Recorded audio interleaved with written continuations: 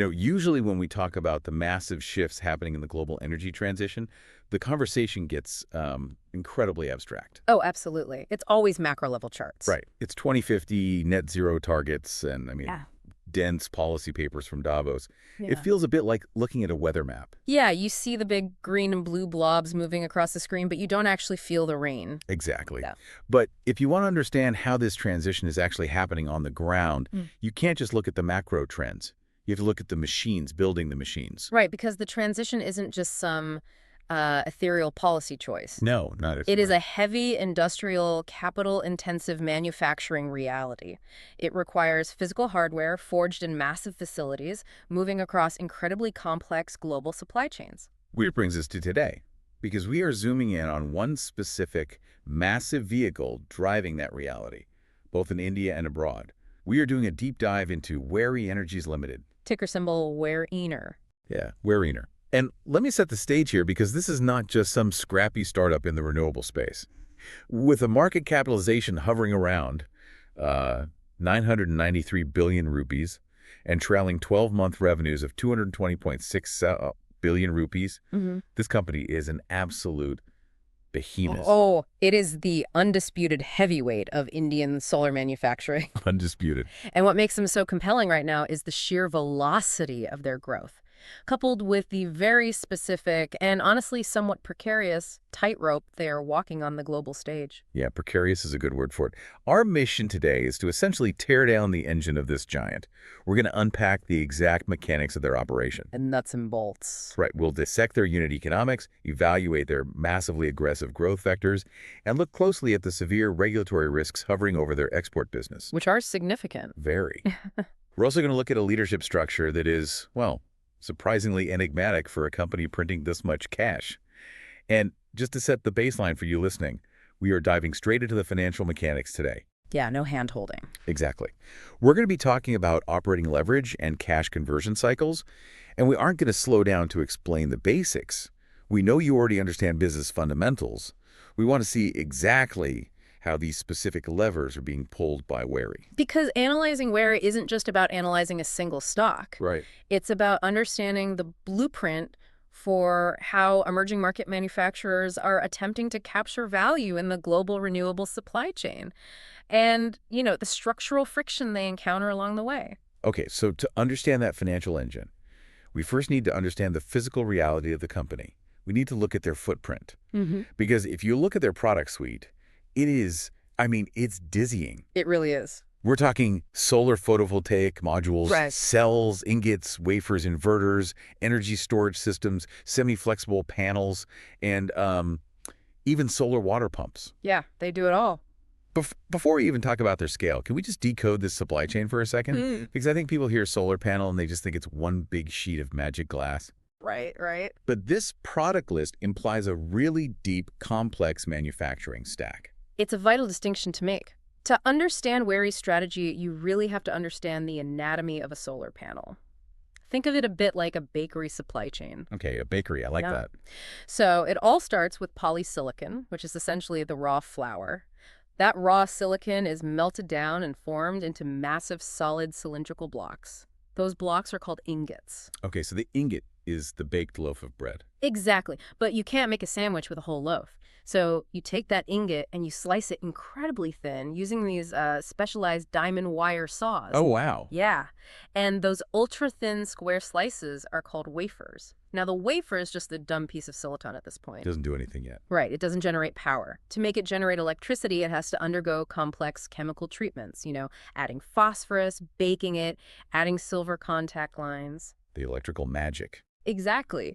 Once that wafer is chemically treated so it can actually convert sunlight into electricity, it officially becomes a cell. So the cell is the engine. It's the wafer with the tech added. Right. But a single cell is super fragile, and it doesn't generate enough voltage on its own to be useful. So you wire dozens of these cells together, you sandwich them between protective glass and specialized polymer sheets, frame it in aluminum, and attach a junction box to the back. And that's it. That final assembled product that goes on your roof or out in a utility field, that is the module. Okay, that clarifies so much. Ingot to wafer, wafer to cell, cell to module. You got it. So when we look at Waaree's massive footprint, we have to look at where exactly they sit in that specific chain.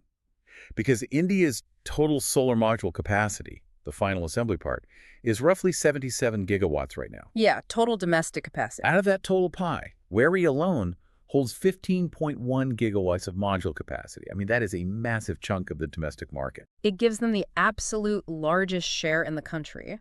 And they aren't stopping there either. They also have 4.2 gigawatts of module capacity operating in the United States. Right. Plus, they have a reach into, I think, 68 countries. So they are an absolute titan when it comes to that final module assembly stage. But the sources also note they have 5.4 gigawatts of cell capacity. Yes, and that is a relatively recent and incredibly crucial development. Why is that so crucial? Because historically, a lot of Indian solar manufacturers were just assemblers. They bought the cells, usually from China, and just put the glass and aluminum around them to make the modules. Ah, okay. Just doing the final step. Right. But Waaree is moving backward up that supply chain. Producing their own cells gives them far more control over the underlying technology and, crucially, the profit margins. We'll definitely dig into those margins in a minute. Yeah. And their future targets are wildly aggressive. They are aiming for 20 gigawatts of modules and 11.4 gigawatts of cells by 2027. It's a huge leap. And to fund this, they've secured 19,232 million rupees in PLI, which is the production-linked incentive scheme funding from the Indian government.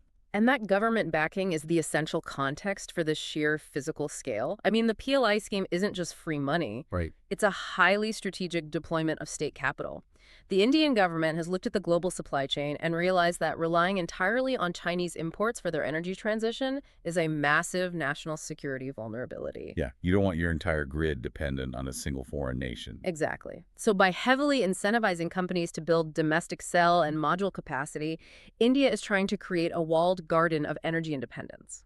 So Waaree transcends being just a regular corporation chasing quarterly profits here. Yeah. By utilizing those PLI schemes and building these gigawatt-scale factories, they are essentially a proxy for India's national ambition. A champion. Yeah, to become the world's largest solar manufacturer outside of China. Precisely. They are the chosen domestic champion. But what's interesting is how they choose to deploy that hardware. They aren't just shipping pallets of modules to wholesalers. No, not at all. They are hitting the market from multiple, very distinct angles. Right. Let's look at their sales channels, because this is where their strategy gets a bit unusual. They have direct sales of those PV modules to massive utilities and major commercial enterprises, which make perfect sense. Standard B2B stuff. Exactly. Then they have their massive export sales division, heavily weighted toward the U.S. market, which we'll dive into later. But then, on top of that, they operate as an EPC provider, engineering, procurement, and construction. And an O&M, operations and maintenance servicer. Right. So they aren't just selling the hardware. For some clients, they are designing the entire solar plant, building it, and then taking a multi-year contract to clean the panels and maintain the inverters. It significantly increases their touch points with a single customer. You're locked in for decades. And then there is the retail side. They do retail sales through this vast franchisee network targeting rooftops and MSMEs, micro, small, and medium enterprises. Yeah, at the grassroots level. And this is where that massive product list caught my eye earlier. We talked about modules and cells, but they also sell solar water pumps. Honestly, when I saw solar water pumps next to multi-gigawatt utility contracts, it felt completely out of place to me. It does seem weird at first glance. Like, why is a company building advanced 3-gigawatt automated manufacturing facilities in Gujarat bothering with water pumps? Are they just taking every solar adjacent product they can manufacture and, throwing it out the wall to see what sticks? It absolutely seems like a distraction if you only view Waaree through the lens of global utility scale solar. Right. But you have to view the water pumps through the lens of that franchise network and the reality of the Indian domestic market. India has a massive, highly decentralized agricultural sector, and that sector suffers from inconsistent grid power. A solar water pump isn't a novelty there. It's a critical piece of infrastructure for a farmer. Ah, so it's a localized solution for an acute problem. Exactly. By offering water pumps, Waaree gives their rural franchisees a high-demand product to sell immediately. It establishes the Waaree brand in these massive, untapped, rural and semi-urban markets. So they get brand loyalty early. Yeah. A farmer who buys a Waaree water pump today might be the MSME owner who buys a Waaree rooftop module system 5 years from now. It's about capturing the incredibly long tail of the India market while their core module business handles the heavy lifting globally. Okay, that actually makes a lot of sense. It's a grassroots brand building exercise disguised as a product line. Exactly. But you mentioned the core module business doing the heavy lifting. We know they're building a staggering amount of hardware, and we know they are moving it across 68 countries. But volume alone does not equal a great business. Revenue is vanity, profit is sanity. Exactly. So let's look at how their specific manufacturing strategy actually translates into cash. And this brings us to their unit economics, which is truly the centerpiece of their financial narrative right now. The margin expansion Waaree has experienced over the last few years has been nothing short of explosive. Let's lay out the numbers for everyone. Solar PV modules are the undisputed driver, accounting for about 89% of their sales. If you look back at FY22, their gross margins were sitting at 5.66%. Pretty thin. Fast forward to FY25, and those gross margins have rocketed to 20.54%. That is a massive structural leap in profitability for a heavy manufacturing business. It's unheard of in hardware, honestly. Right, and consequently, their EBITDA margins jump from 3.9% all the way up to 18.8%. And that operational efficiency flows all the way down to the bottom line. It results in a return on equity, an ROE of 29.1%. Wow. To put that in perspective, the broader capital goods and semiconductor industry average hovers around 22.65%. So Waaree is generating significantly higher returns on their capital base than their peers. The cash conversion is highly efficient, too. Their profit after tax went from just 80 crore rupees in FY22 to 1,928 crore in FY25. So the big question is, how are they actually doing this? How do you quadruple your EBITDA margin in a business that deals in physical atoms, not software?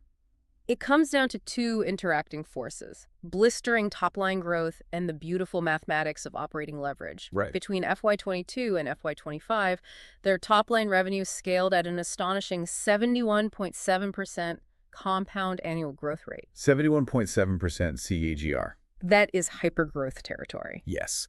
Now, think about their cost structure. They have sunk immense capital into these massive manufacturing plants. Those buildings, the robotic assembly lines, the diamond wire saws we talked about, those are massive fixed costs. And they carry heavy depreciation. Exactly. But once the factory is built, the cost to run it doesn't scale at the same rate as the revenue it generates. Right. If you double your module sales, you don't need to double your corporate headquarters. You don't need to double your HR department. Exactly. Your variable costs, primarily raw materials like polysilicon scale with your volume, but because their top-line revenue grew at nearly 72% a year, while their employee costs and overhead expenses grew at a much slower, controlled rate, their margins naturally expanded wildly. The heavy fixed costs just get spread over an exponentially larger volume of sold units. We see the operating leverage flexing incredibly hard here. But there's a second, arguably more important driver here, and it goes back to our supply chain breakdown.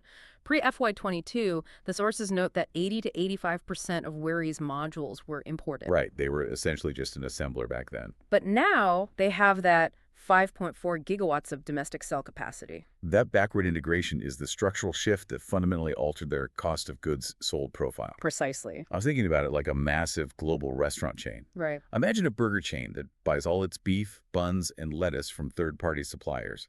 They only capture the profit margin on assembling the burger and handing it to the customer.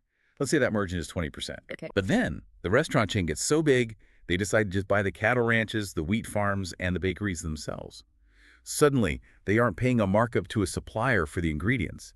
They capture the profit at every single stage of production. That's a perfect analogy. When Waaree was just assembling imported cells into modules, they were facing all the pricing pressure that comes with a commoditized end product. The sources show that module margins generally sit around that 20% mark. Right. But the EBITDA margins on in-house cell manufacturing run much hotter, at 30 to 35%. By manufacturing the cells themselves, Waaree bypasses the external supply chain markups and captures that much higher component-level margin internally. They are essentially replacing supplier profit with their own operating margin. And they intend to push this even further, right? They are adding 10 gigawatts of wafer and ingot capacity. They're going all the way back to the raw silicon. Which is the logical next step. If they pull that off, their overall corporate margin profile should continue to elevate, assuming polysilicon pricing remains somewhat stable. And, well, Polysilicon pricing is notoriously volatile. That's always the caveat here. Oh, yeah. They utilize long-term contracts to smooth out those input costs, but you are still fundamentally dealing with a global commodity heavily influenced by Chinese production levels. However, Waree's cash generation right now is robust enough to absorb quite a bit of shock. Yeah, they have a massive buffer. And they absolutely need that cash because they're placing some massive, highly consequential bets on the next decade. Let's talk about those bets. Huh. Waree's is mid-flight on a 10,000 crore rupee capex program. 100 billion rupees. Yeah. I mean, even in heavy infrastructure, that is a gargantuan amount of capital deployment. It is a staggering figure, and to evaluate a company at this stage of hyper-expansion, you really have to separate their growth vectors into two distinct categories. Okay, what are they? The highly credible structural tailwinds Right. and the highly execution-dependent leaps. Let's start with the structural tailwinds, the core business. A large chunk of this 10,000 crore is going toward deeper penetration into their core module and inverter manufacturing, basically pushing that vertical integration we just talked about. Right. They recently commissioned a 2.1 gigawatt facility and a 3 gigawatt facility in Gujarat for modules, plus an upcoming 3.05 gigawatt inverter capacity at Sarodi. And this is what we'd classify as highly credible growth, Why is that? because they already hold a dominant 21% domestic market share. They have a proven multi-year track record of operational discipline when it comes to building and ramping up solar manufacturing. They've done it before. Exactly. They know exactly how to execute this playbook. As the Indian domestic market continues to consolidate with smaller, unorganized players getting squeezed out by rising compliance costs and the sheer scale advantages of giants like Waaree, this core capacity expansion is essentially a highly probable value driver. Assuming global baseline demand for solar holds up. Right. Building a 3 gigawatt module factory when you already run 15 gigawatts of capacity isn't a strategic pivot. It's just pouring more high-octane fuel into an engine you already designed, built, and optimized. Precisely. But then we look at the other side of the CapEx program, the execution-dependent bets. Yeah. And there's a massive one sitting right in the middle of this spending spree. 1,000 crore rupees allocated for a 20 gigawatt-hour advanced lithium-ion cell and battery pack facility. Now, this is the leap. Yeah. Moving from solar photovoltaic modules to advanced lithium-ion battery manufacturing is a transition into a distinctly different technological ecosystem. It requires entirely different R&D, different engineering talent, different manufacturing tolerances, and a radically different global supply chain. I have to say, this feels like a massive distraction to me. Why is a company that has spent a decade perfecting the manipulation of silicon suddenly messing with lithium, cobalt, and nickel? It's a fair question. The supply chain for battery metals is a geopolitical nightmare. It's heavily concentrated in regions entirely different from the polysilicon supply chain. It has different mining constraints, different pricing dynamics, and intense competition from massive established battery players in China and South Korea. Right, the CATLs of the world. Exactly. Are they stretching their intellectual capital and their balance sheet too thin by placing a 1,000 crore bet on a completely distinct technology? It's a highly valid concern, and it represents a high-risk, high-reward strategic play. But if you look at the rationale behind it, it's about ecosystem expansion and customer lock-in. Customer lock-in. How so? Think about their biggest customers. Massive utility companies building multi-hundred megawatt solar farms. The grid is changing, right? Utilities don't just need solar panels that generate power when the sun shines anymore. Right, the duck curve problem. Exactly. They increasingly need massive battery storage systems to hold that power for peak evening demand. Currently, a utility has to buy panels from a company like Waaree, buy batteries from a Chinese competitor like CATL, and maybe buy inverters from a European firm. Sounds like a headache. It is.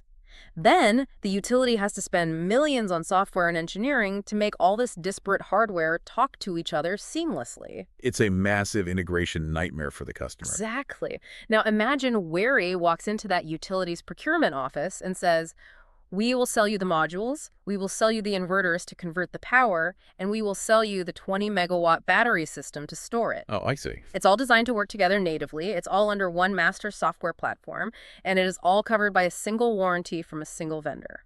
They become a single vendor monopoly for a massive project. There's one throat to choke if something goes wrong, which utilities absolutely love. Precisely. If they can offer that integrated solution, it deeply increases their wallet share per project and massively reduces customer fragmentation. The integration itself becomes the value proposition. Right. But, to your point, executing on advanced battery chemistry at a 20 gigawatt hour scale is notoriously difficult.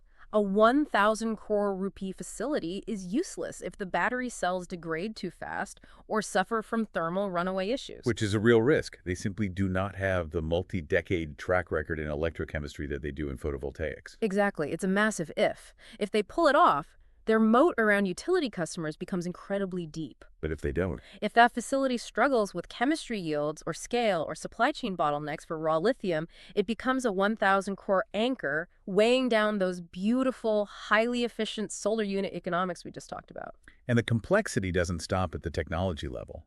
While they are navigating this massive technological leap into batteries, they're simultaneously navigating a very active, very high-stakes geopolitical landscape. Oh, definitely. The growth story looks pristine when you just look at the internal spreadsheets and the factory blueprints. But their heavy reliance on international markets has attracted the sharp attention of regulators. Yeah, we have to talk about the red flags. This is a crucial pivot in their story. The biggest immediate threat is the regulatory crosshairs they are currently caught in. We mentioned earlier that they have a massive export business. Well, 41.3% of their current order book is tied to exports. That's nearly half the business. Exactly. That export dominance has been a huge driver of their revenue growth, but it introduces a massive structural vulnerability. And that vulnerability centers specifically on the United States. There is an active probe by U.S. Customs and Border Protection, or CBP, regarding Waaree's imports into the American market. I want to break down exactly what this probe is about, impartially, based purely on the allegations in the source material. We're not taking sides here. Right, just the facts of the probe. The CBP probe alleges that Waaree mislabeled Chinese-made solar cells and panels as made in India in order to evade U.S. anti-dumping and countervailing duties. The AD/CVD duties. Right. For context, the U.S. places heavy tariffs on Chinese solar products to prevent them from dumping artificially cheap, state-subsidized panels into the U.S. market and crushing domestic manufacturing. So the allegation here is essentially trade route wandering. Yeah. The mechanics of the allegation suggest that Chinese cells are being imported into India, perhaps undergoing minimal assembly or simply being relabeled, and then shipped to the U.S. under the guise of Indian origin, thereby bypassing the tariff wall. And Waaree, for its part, strongly asserts minimal liability exposure. They emphasize their strict compliance with all trade laws, and they are actively cooperating with the probe. Regardless of the eventual outcome, the severity of this risk right now cannot be overstated. The U.S. is an absolutely critical high-margin market for their export strategy. The sources assign this regulatory risk a plausibility rating of 8 out of 10. They note that it isn't just a theoretical threat. It has already triggered cash deposit demands from the U.S. government during this investigation phase. And if an adverse finding is reached, it could lead to severe retroactive financial penalties. Or even worse, outright export bans or restrictions from entering the U.S. market. Which would immediately crush a massive portion of that 41.3% export order book. We've already seen the market show severe jitters about this. The stock has experienced sharp drops around news updates on the probe. But Waaree isn't just sitting still and waiting for a legal verdict here. They are actively trying to physically hedge against this existential threat. Yeah, they're accelerating their U.S. localized manufacturing. Right. They expanded a plant in Texas to 3.2 gigawatts of capacity, and they recently acquired manufacturing assets from Meyerberger, which is a European solar tech company. That is the ultimate strategic hedge. If you onshore your supply chain directly within the borders of the United States, you bypass the import scrutiny entirely. You just become a domestic producer. Exactly. The Texas plant and the Meyerberger assets are Waaree essentially attempting to buy their way out of the regulatory crosshairs with hard assets. But the U.S. Customs probe is not the only red flag. There are severe domestic and technological risks looming over them as well. Let's start with the domestic side. The sources point out that the Indian domestic market is facing potential severe oversupply. Everyone is building massive capacity right now. Yeah, with all these additions outstripping near-term demand, it is already causing 6 to 8% quarter-over-quarter price drops in the module sector. It's a race to the bottom on pricing. And that price war exacerbates the second, arguably more existential threat, Chinese technological superiority. Okay, let's get into this. This is the core technological disruption risk. Waaree's current manufacturing portfolio is heavily weighted toward PERC technology. Okay, let's decode that because the solar industry loves its acronyms. PERC stands for passivated emitter and rear cell. Think of PRC as the reliable internal combustion engine of the solar world. It's been the industry standard for a long time. It works by adding a reflective layer to the back of the solar cell, which bounces unabsorbed light back up into the cell for a second chance at absorption. It's solid, reliable tech. But the Chinese manufacturers are rapidly advancing, scaling, and commercializing higher efficiency modules, specifically HJT, which is heterojunction technology, and TOPCon, tunnel oxide passivated contact. If PRC is the internal combustion engine, TOPCon and HJT are the new advanced hybrid and EV drivetrains. That's a good way to put it. They use ultra-thin layers of different silicon and complex oxides to drastically reduce electron loss and operate much better in high heat. And the result of that complex chemistry is pure efficiency. The sources state that Waaree's PERC efficiency ratings lag behind these newer Chinese technologies by more than 2%. Okay, 2%. Waaree is sitting under 22% module efficiency, while top-tier Chinese competitors are pushing past 24%. Now, to a layman, a 2% difference sounds like a rounding error. Who really cares about 2%? But at a gigawatt scale, a 2% efficiency gap is massive. It changes everything. It means a utility has to buy more land, install more steel racking, and run more copper wire to generate the exact same amount of electricity as they would with the more efficient Chinese panels. It completely alters the project economics. Exactly. And this leads to the most critical bear case argument for Waaree as a company. Let's hear it. If Waaree is allegedly relying on imported Chinese cells for a portion of their production, and their core internally manufactured module technology is lagging behind Chinese innovation by a significant margin, what is their actual competitive advantage? This is what I keep coming back to. Is their moat actually just regulatory arbitrage? It's a huge question. Are they just incredibly skilled at navigating the Indian PLI scheme and the U.S. tariff landscape rather than actually holding any fundamental technological superiority? Well, if your primary advantage is based on protective tariffs, government incentive schemes, and localized assembly rather than fundamental technological differentiation, your moat is incredibly fragile. Yeah, it is only as deep as the current political administration's trade policy. Exactly. If the U.S. removes tariffs on China tomorrow, or if India scales back the PLI funding, does Waaree's global competitiveness just evaporate? That's why their massive 10,000 core capex into backward integration and that U.S. Texas plant are so absolutely vital. They're essentially racing against the clock.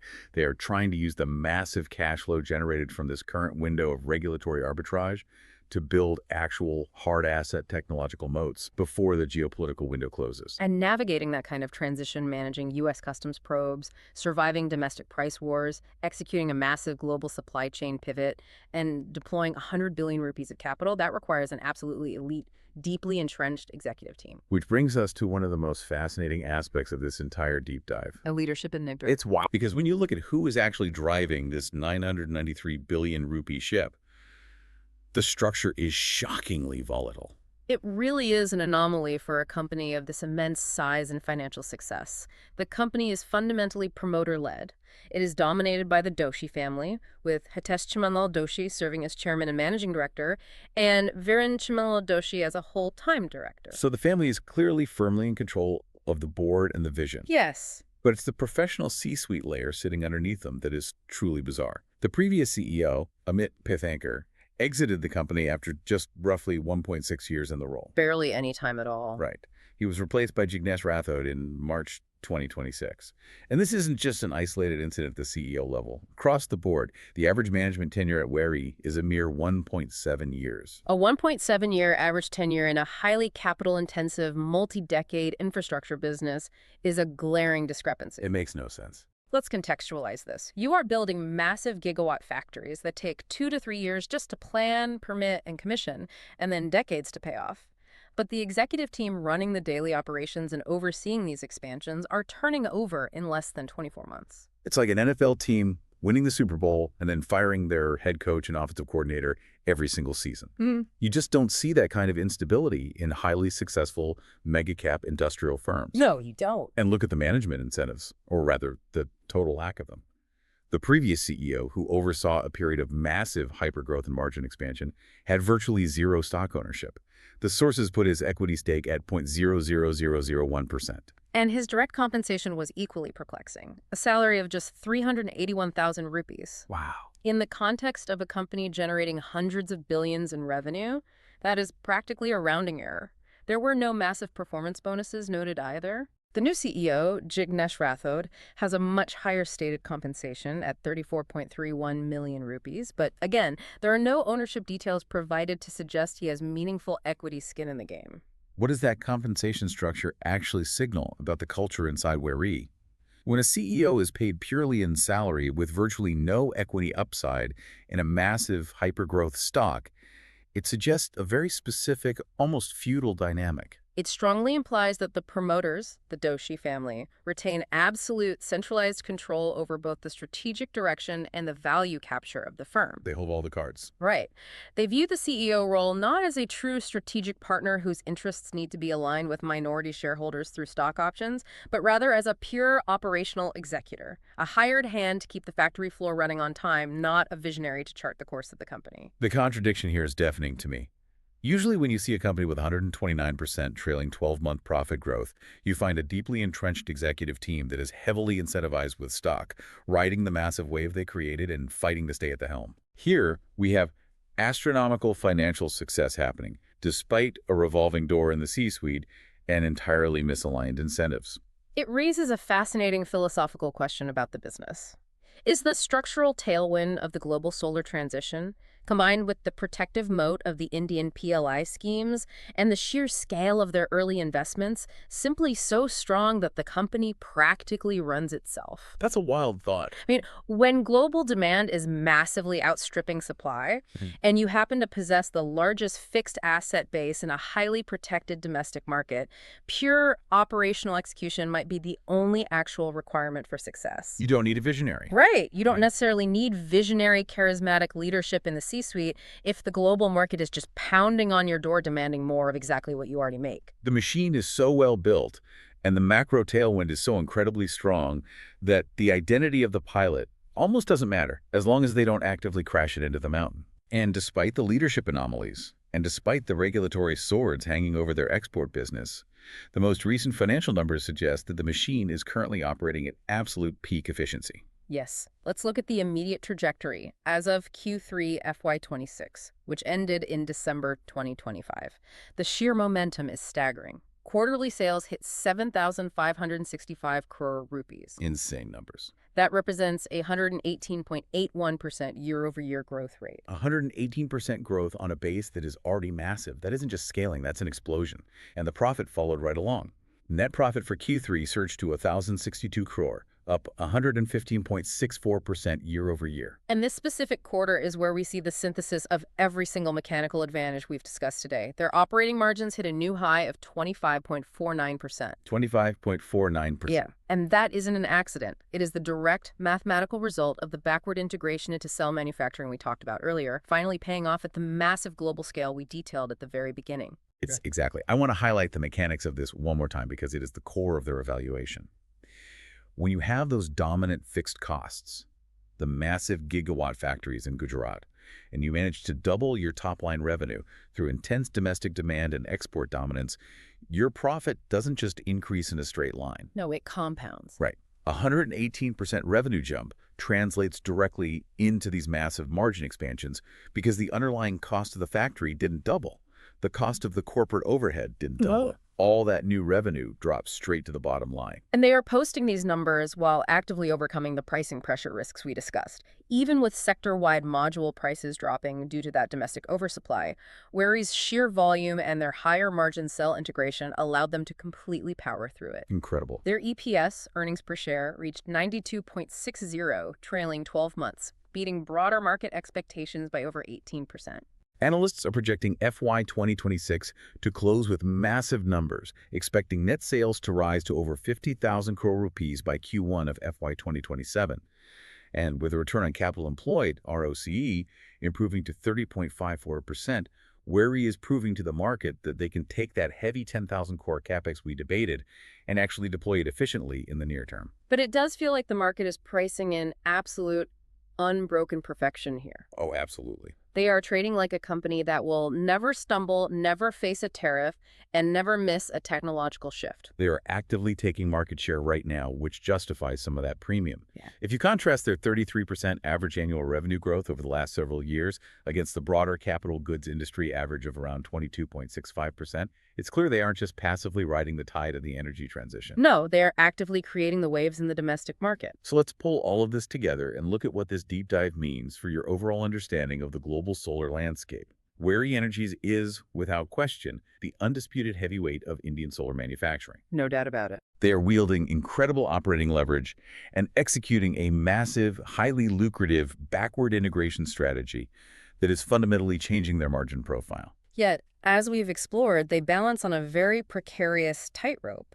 They remain heavily reliant on a complex global supply chain for raw materials. They are navigating intense U.S. trade probes that threaten a massive 40% chunk of their order book. And they are managing this hypergrowth with a C-suite that seems to be in a constant state of flux under tight family control. Evaluating a massive infrastructure play like Waaree requires you to hold two contrasting truths simultaneously. First, the financial engine they have built is spectacularly efficient right now. It is printing cash, expanding margins, and dominating its domestic market. Yep. But second, the geopolitical and regulatory ground that engine is driving on is shifting constantly beneath its wheels. It really is a masterclass in the complexities of the modern energy transition. It reminds us that winning in this space is never just about who has the best solar panel. It's about who can best navigate the labyrinth of international tariffs, secure fragile supply chains, leverage government PLI incentives, and maintain massive capital discipline over decades. And that leaves me with a final lingering question for you to ponder. We spent a lot of time today talking about their 10,000 core bets on massive physical infrastructure. Gigawatt factories that take years to build and decades to depreciate. Huge physical commitments. We've talked about their reliance on PRC technology while competitors move to Topicon. As Waaree spends billions to build this highly integrated domestic walled garden of solar manufacturing, what happens if the underlying technology shifts radically? What happens to these massive fixed-cost megafactories if the next breakthrough in solar technology, whether it's commercialized perovskite cells or some other unforeseen innovation, renders their current hardware obsolete overnight? In the desperate race to scale as fast as possible, is Waaree building the world's most efficient engine for a car that might be outdated before it even leaves the lot? That is the ultimate existential risk in heavy hardware manufacturing. The future of global energy is inherently physical, requiring steel, glass, and silicon.